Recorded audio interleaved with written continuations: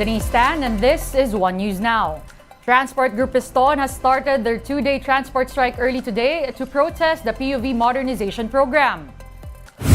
In Quezon City, some drivers in Novaliches have parked their jeepneys for the day to join the strike. However, there are still those who continue to ply their routes, saying they still need to make a living. It's the same case for Piston members in Philcoa. Meantime, the QC-LGU said it is providing free rides to commuters that will be affected by the Tigil Pasada. In Monumento, drivers are also saying they will only ferry passengers for a few hours before joining the mass action. Protesters in Caloocan will be joining other Piston members later to slam the non-extension of the deadline for the PUV consolidation. Rallyists took their cue from the main group of Piston that gathered early in the morning at the Quezon City Memorial Circle. The group also gathered in front of the National Kidney Transplant Institute before marching towards the LTFRB central office. Piston National President Modi Floranda said they are confident other members nationwide will join the strike. The transport group claims to have about 100,000 members. The MMDA, meanwhile, says they are ready for the Tigil Pasada. MMDA Chairman Romando Artes said they will deploy additional traffic enforcers and vehicles to pick up stranded passengers.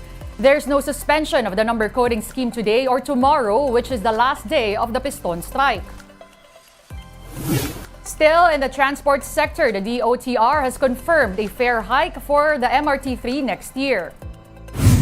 The Transportation Department is expecting the fare increase to be implemented within the first quarter of 2024. The MRT3 management is looking at a hike between 3 and 6 pesos depending on the distance traveled. That's an increase of 2 pesos and 29 centavos in boarding fare and a 21 centavo increase per kilometer. Once enforced, the minimum fare at the MRT3 would be more expensive at 16 pesos, while the fare from the rail lines end-to-end stations will go up from 28 pesos to 34 pesos. Speaking of hikes, consumers in Mega and Metro Manila will have to brace for higher water bills beginning next month. West Zone concessionaire Maynilad will increase rates by almost 8 pesos per cubic meter, that's starting January 1st. This means low-income Lifeline customers will have to pay an additional 4 pesos and 74 centavos, while those consuming 20 to 30 cubic meters per month can expect an additional 100 to 200 pesos in their water bills. For East Zone concessionaire Manila Water, low-income Lifeline customers can expect an additional 3 pesos in their monthly water bills, while regular consumers using 10 to 30 cubic meters of water per month could be charged an additional 34 to 154 pesos. The MWSS has acknowledged the impact of this rate hike on consumers, but it explained that the additional charges will cover expenses of water regulators in mitigating the impact of El Nino. I'm asking the public for their understanding. It's still an added burden, but we feel that this is a necessary burden because what is more important is to ensure that the proper service is given to the consumers and that there will be water at the tap, especially with the looming El Nino. I can guarantee that there will be no water crisis because of these projects. NEDA Secretary Arsenio Balisacan says the country may not be able to achieve the upper end of the government's growth target. The goal is 6.5 to 8%. Balisacan cited El Nino as a risk, with the weather phenomenon possibly sending food prices surging. The dry spell and drought could persist until the second quarter of 2024. Just yesterday, President Marcos ordered government agencies to intensify efforts to address El Nino's effects. At least 65 provinces are expected to experience El Nino. So with respect to growth, to the effect of the economy, I don't think that it will make a big. It will impact, and what that channel will probably more on the prices. The big difference between 1997, 1998, and now is that the relative share of agriculture in the economy is now much smaller. Now our agriculture is roughly on that something like 10% of the economy. No? Time to take a quick break. One News Now will be back with more stories after that. Stay with us.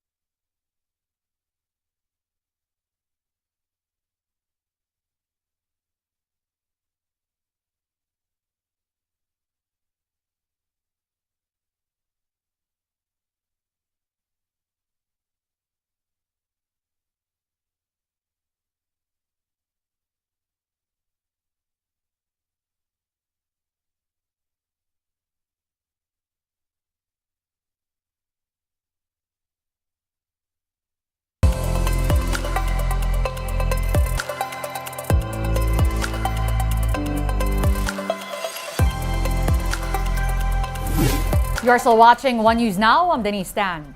Heads up motorists, brace for heavy traffic over at the North Luzon Expressway. Today, the Asia Artist Awards 2023 is happening at the Philippine Arena in Bulacan. NLEX are advising motorists headed to Bocaue and Santa Maria to take alternate routes via exits in Marilao, Bocaue, or Tambubong. Traffic personnel will also be deployed to provide assistance. The red carpet event for the Asia Artist Awards started at 12:30 this afternoon.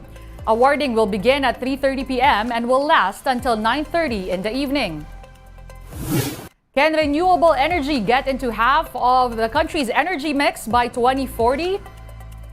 Philippine Business for Environmental Stewardship Secretary General Felix Jose Vitangcol is hopeful. But he told the big story that the shift cannot be abrupt since there are still issues on infrastructure and policy. Vitangcol also welcomed the landmark deal struck by around 200 nations in the ongoing COP28 in Dubai. That pact commits to ending use of fossil fuel globally. Vitangcol says the transition must take into consideration economic conditions of countries like the Philippines. Although there needs to be a equitable contribution between the Philippines and different economies contributing to the COP28, the leaders should take note of the capabilities of the different economies. So here in the Philippines, yes, we're pushing towards a more renewable energy-centric energy system, but currently the different factors contributing to it are not capable, or we're not sufficiently able to integrate renewable energy. We now give you a quick look at today's other top stories. A low-pressure area has been monitored outside the Philippine area of responsibility. The LPA was last spotted 1,865 kilometers east of southeastern Mindanao. This may enter PAR on Saturday. However, Pag-asa is not expecting the LPA to intensify into a tropical storm.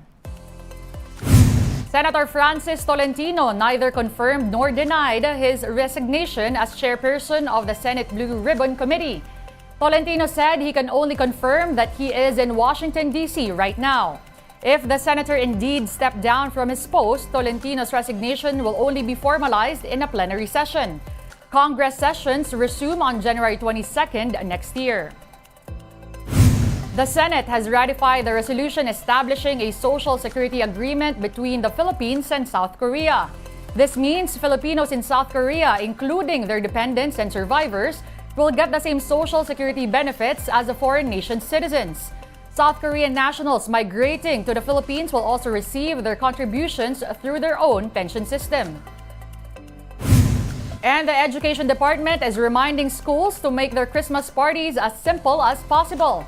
DepEd said that contributions for these festivities are not mandatory, especially in public schools. The Christmas break for schools will begin on December 18.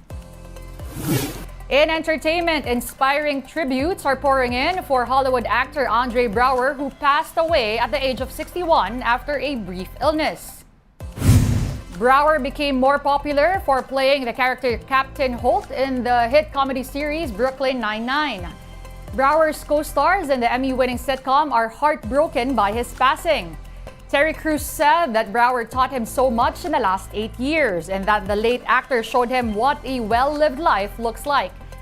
Chelsea Peretti, meanwhile, shares that she is forever lucky to have met Braugher and that she will miss his dulcet tones. Melissa Fumero shared pictures of her and the late actor in and out of the set. She said she will remember everything about Braugher, especially his laugh, the greatest laugh that ever existed. One News Now will be back at 3:15 p.m. Join us again later. I'm Denise Tan. We are One News.